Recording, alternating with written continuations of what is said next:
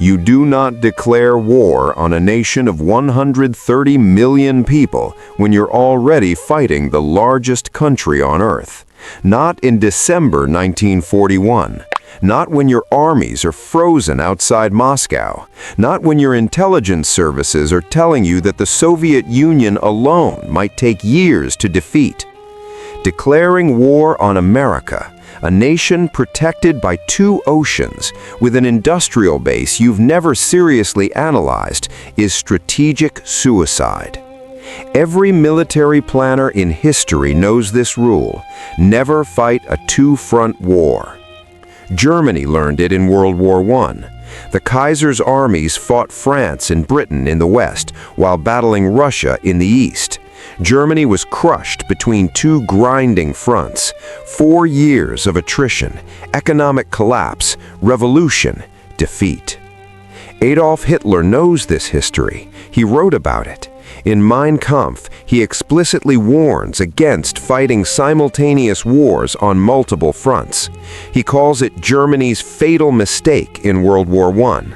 The lesson is clear. Concentrate your forces, defeat one enemy before engaging another. But Hitler has convinced himself that America is different, not a real threat, not a military power, just a nation of capitalists and isolationists who won't fight a prolonged war. German intelligence in 1941 assesses American military strength as negligible. The U.S. Army ranks 19th in the world, smaller than Belgium's. American tanks are obsolete. American aircraft are inferior to German designs. The U.S. has virtually no combat experience. Most importantly, America is divided, isolationist, war-weary from World War I. The American public doesn't want to fight in Europe. Roosevelt may want war, but the American people will never mobilize for a total war effort. This assessment isn't just German propaganda. It's shared by many observers in 1941. America seems weak, unprepared, unable to project power across the Atlantic. The United States entered World War I late and made a limited contribution. Why would this war be different? Hitler believes America will negotiate, maybe fight half-heartedly for a few months, send some supplies to Britain. But total war? Full industrial mobilization? Millions of American soldiers in Europe? Impossible. Americans are too comfortable, too individualistic, too democratic to make the sacrifices required for total war. So when Japan attacks Pearl Harbor on December 7, 1941, Hitler sees an opportunity. He's not obligated to declare war on America. The German-Japanese alliance is defensive, and Japan attacked first. But Hitler declares war anyway on December 11th. He wants to support Japan. He wants to unleash U-boat warfare against American shipping without restrictions. He believes American entry into the war changes nothing strategically. Germany will defeat the Soviet Union in 1942, then turn west and finish Britain. America won't matter. By the time American industrial production becomes relevant, the war will be over. This calculation is about to prove catastrophically wrong. Because in December 1941, one man in Hitler's inner circle already knows the truth. He's studied American industrial capacity, he's run the numbers, and he's terrified. His name is Albert Speer, and he's about to watch Germany lose a war that the math says it can never win. Albert Speer was 36 years old in December 1941. An architect by training, not a Nazi ideologue. He joined the party in 1931 primarily for professional advancement, not a military man. But by 1941, Speer had become one of Hitler's closest confidants. Hitler loved architecture, loved grand designs, and Speer provided them. The two spent hours discussing plans for rebuilding Berlin as Germania, the capital of a 1,000-year Reich. In February 1942, Speer's role changed dramatically. the Reich Minister of Armaments, Fritz Todt, died in a plane crash. Hitler appointed Speer to replace him. Suddenly, Speer wasn't designing buildings, he was managing Germany's entire war economy. Every tank, every aircraft, every bullet, Speer was responsible for producing them. And that's when Speer discovered the numbers. When you manage a war economy, you live in statistics, production quotas, raw material allocation, labor force availability, manufacturing capacity. These aren't abstract concepts, they're life and death. If Germany produces 500 tanks per month and loses 600 in combat, Germany loses the war. Simple mathematics. Speer began analyzing not just German production, but Allied production, particularly American production. What he found horrified him. The numbers were impossible, insane. In 1941, the United States produced 4,000 military aircraft. Germany produced 11,000. American production was significant, but manageable. Then 1942's numbers arrived. American aircraft production, 47,000 planes, nearly 12 times the 1941 output, in 1 year. Speer checked the figures multiple times. They had to be wrong. No nation could increase industrial production that quickly. But American strategic production figures were public information, proudly announced by Roosevelt in speeches, published in American newspapers. The numbers were real. And they kept growing. In 1943, American aircraft production reached 85,000. Germany produced 25,000. America was building aircraft faster than Germany could destroy them. The mathematics was brutal. Even if every German fighter pilot shot down 2 American planes for every one lost, an impossible kill ratio, America would still overwhelm the Luftwaffe through sheer numbers. Tank production told the same story.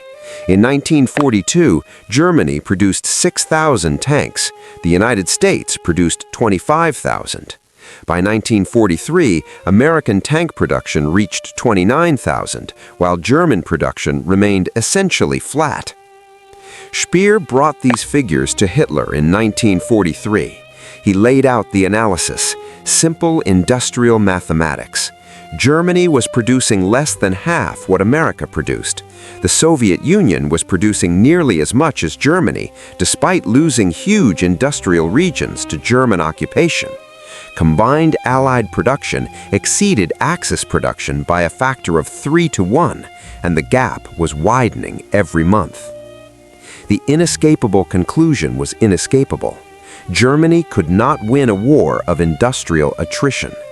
Victory required defeating the Allies before American production reached full capacity. But by 1943, that moment had already passed.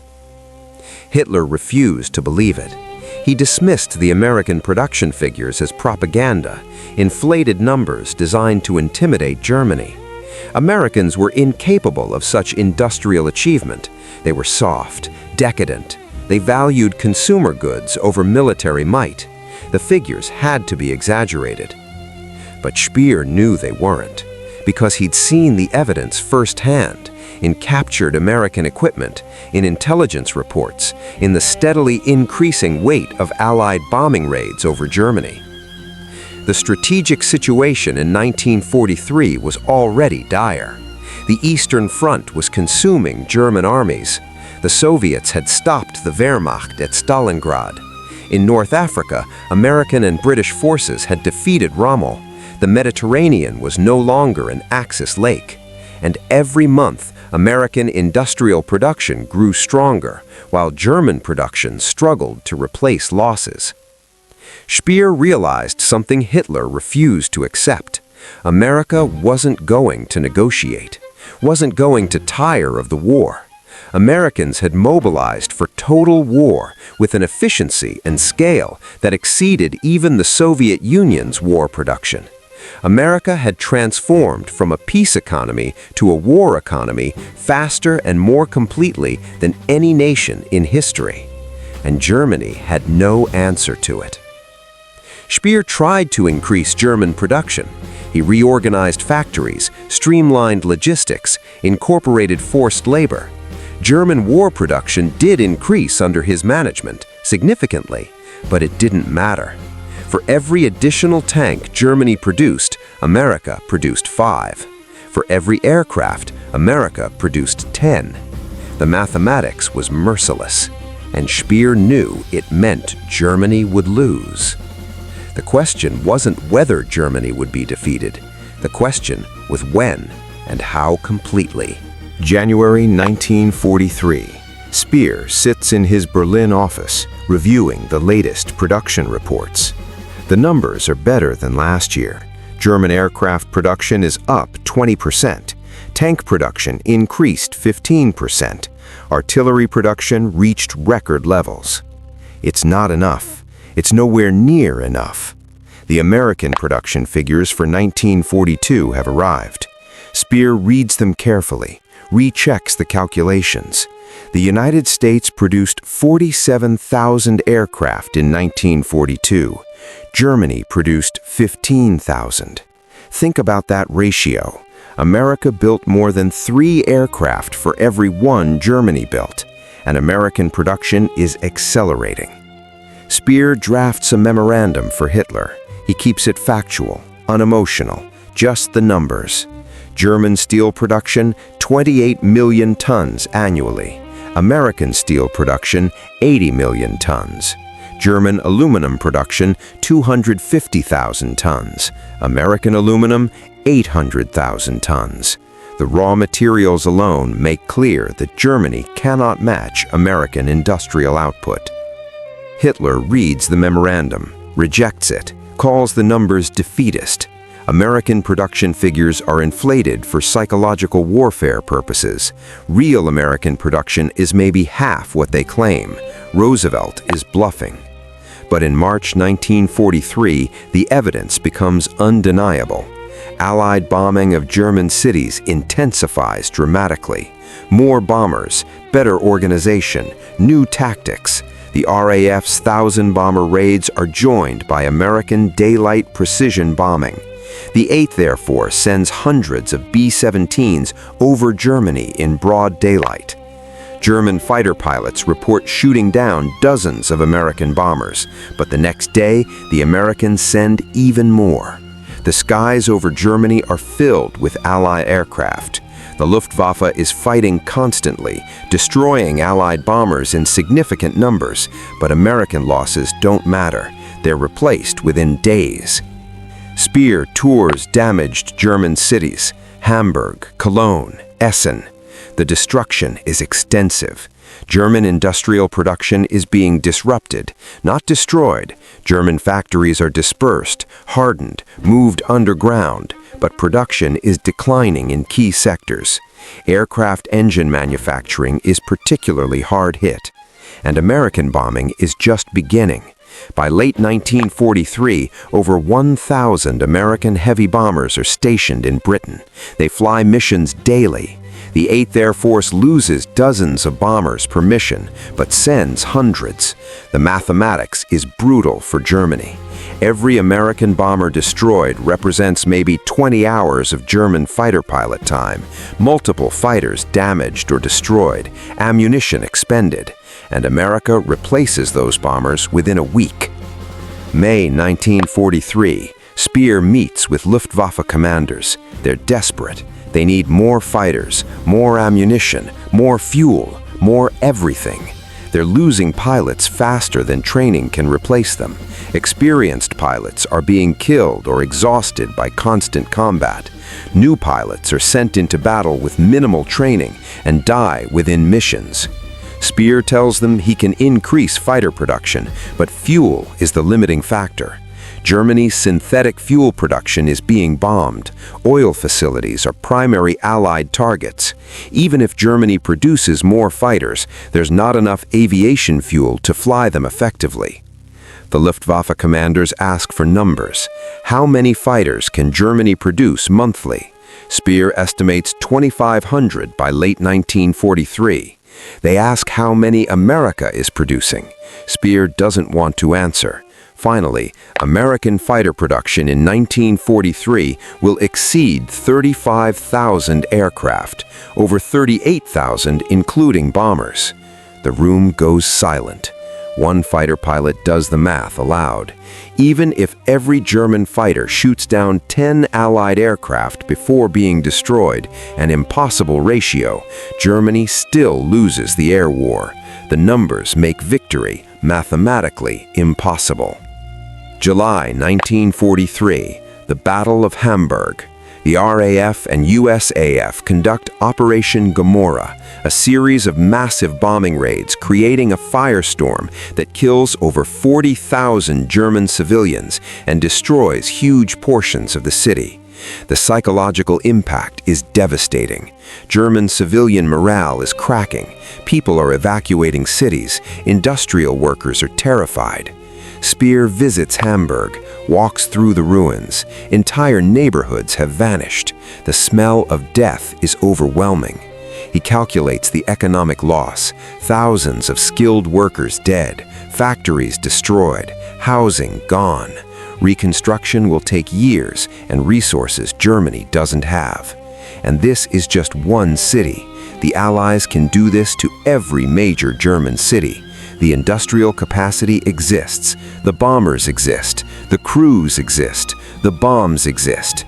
Germany's air defenses can't stop it. August 1943. Speer prepares another analysis for Hitler. He tries a different approach. Not just production numbers, strategic analysis. He explains that American war production serves three theaters: Europe, the Pacific against Japan, and Lend-Lease to Britain and the Soviet Union. Even sending only 1/3 of their production to Europe, Americans match German output, and American production in 1944 will exceed 1943 levels. The conclusion? Germany faces an enemy with effectively unlimited industrial capacity. An enemy that can afford to lose equipment and still maintain offensive operations. An enemy whose production increases while Germany stagnates or declines. Hitler reads the analysis, becomes furious, accuses Speer of defeatism, of undermining German will to fight, of accepting defeat before the battle is decided. He tears up the report, orders Speer to focus on increasing production, not on calculating why Germany can't win. But Speer knows the truth. The war is already lost. The only question is how long Germany can delay the inevitable. September 1943. Intelligence reports arrive detailing American preparations for the invasion of France. The Allies are assembling an invasion force in Britain. Thousands of ships, millions of tons of equipment, hundreds of thousands of troops. The industrial scale is staggering. Speer does calculations, estimates. The Allies are building artificial harbors, mulberry harbors, to support the invasion. The engineering alone represents industrial capacity beyond Germany's ability to match. The Americans are producing specialized landing craft by the thousands. Germany can't even produce enough standard transport ships to replace U-boat sinkings. November 1943. Speer meets with Hitler and senior generals. They're discussing how to defeat the expected Allied invasion of France. Hitler demands more Atlantic Wall fortifications, more panzer divisions in France, more coastal artillery. Speer asks where the resources will come from. Germany is already at maximum industrial mobilization. There are no reserve resources. Every additional fortification in France means fewer tanks for the Eastern Front. Every additional coastal gun means less artillery against Soviet offensives. Hitler orders Speer to find resources, to make production more efficient, to work miracles. Germany's future depends on it. Speer leaves the meeting knowing miracles aren't possible. Mathematics doesn't allow miracles. Germany is fighting three major enemies: the Soviet Union, the United States, and Britain, while allies like Italy are collapsing. German production cannot match combined Allied production. German manpower cannot replace combat losses. German fuel production cannot support both the Luftwaffe and the Panzer divisions. The numbers don't lie. Germany is losing a war of arithmetic. December 1943. American bomber raids reach new intensities. The 8th Air Force sends over 600 heavy bombers on single missions. Fighter escorts, long-range P-51 Mustangs, protect the bombers all the way to targets and back. German fighter losses spike. The Luftwaffe is being bled white defending German cities. Speer reviews monthly aircraft loss reports. In December 1943 alone, the Luftwaffe loses 1,000 fighters. Replacement production, 800 fighters. The deficit grows every month. And pilot losses are even worse. Germany is training 800 new fighter pilots monthly. Combat losses, 1,100 pilots monthly. The gap is widening. By early 1944, the strategic situation is dire. In the east, the Soviets have recaptured most of Ukraine and are advancing toward Poland. In Italy, Allied forces are grinding northward. In the Atlantic, U-boats are being destroyed faster than they can be replaced. American production of destroyer escorts and air patrol aircraft has turned the Battle of the Atlantic decisively against Germany. And in Britain, the Allied invasion force is nearly ready. Speer knows that when D-Day comes, Germany won't have the resources to stop it. Because America hasn't just mobilized for war, America has industrialized victory. If you find this kind of untold history as fascinating as we do, we'd be honored if you'd hit that subscribe button. We believe these stories of industrial genius and strategic miscalculation deserve to be told. And by subscribing, you help us ensure they aren't forgotten. June 1944, D-Day. Allied forces land in Normandy with a scale of force Germany cannot match. Over 150,000 troops in the first day, thousands of ships, thousands of aircraft, mountains of supplies. The industrial capacity required to launch and sustain this invasion exceeds everything Germany produced in 1943 combined. German defenders fight desperately, inflict casualties, but Allied and British forces keep coming.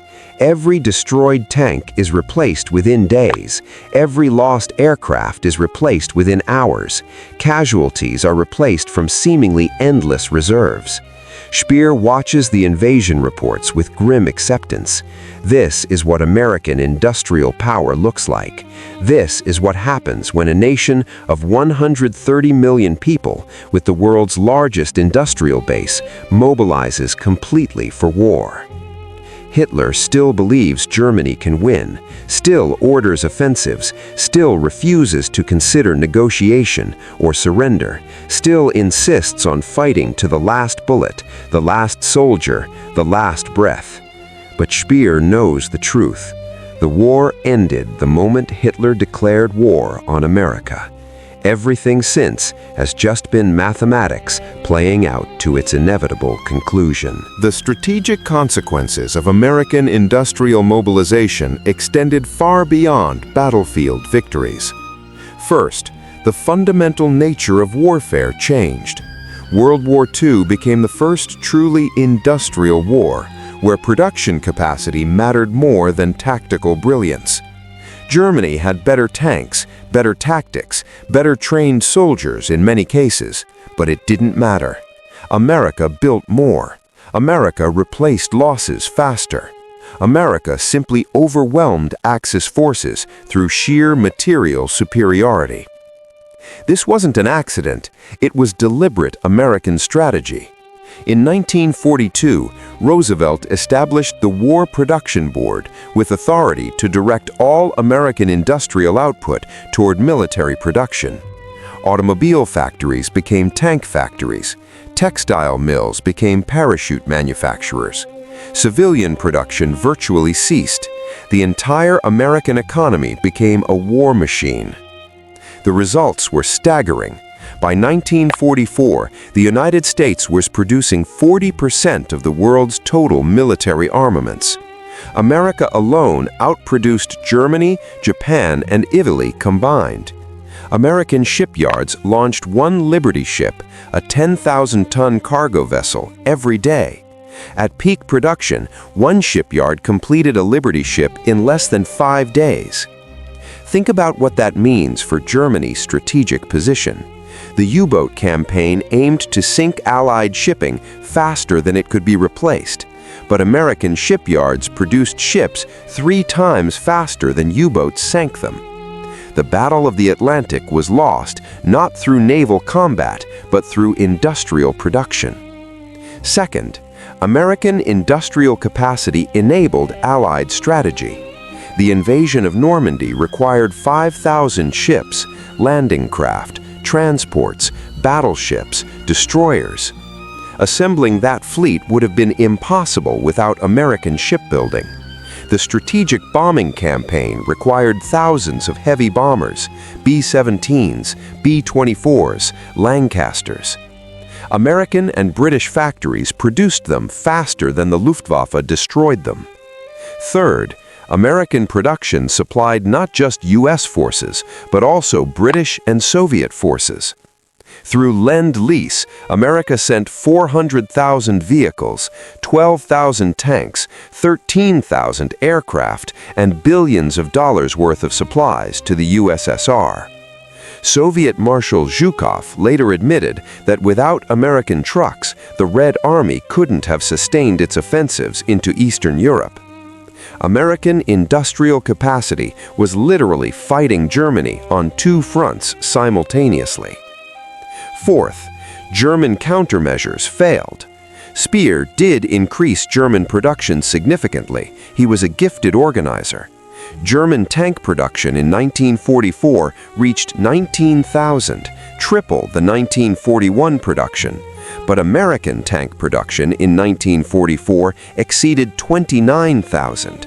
British production added another 5,000. Soviet production, 29,000. Germany faced a 3-to-1 disadvantage despite maximum mobilization. German technological innovation couldn't compensate.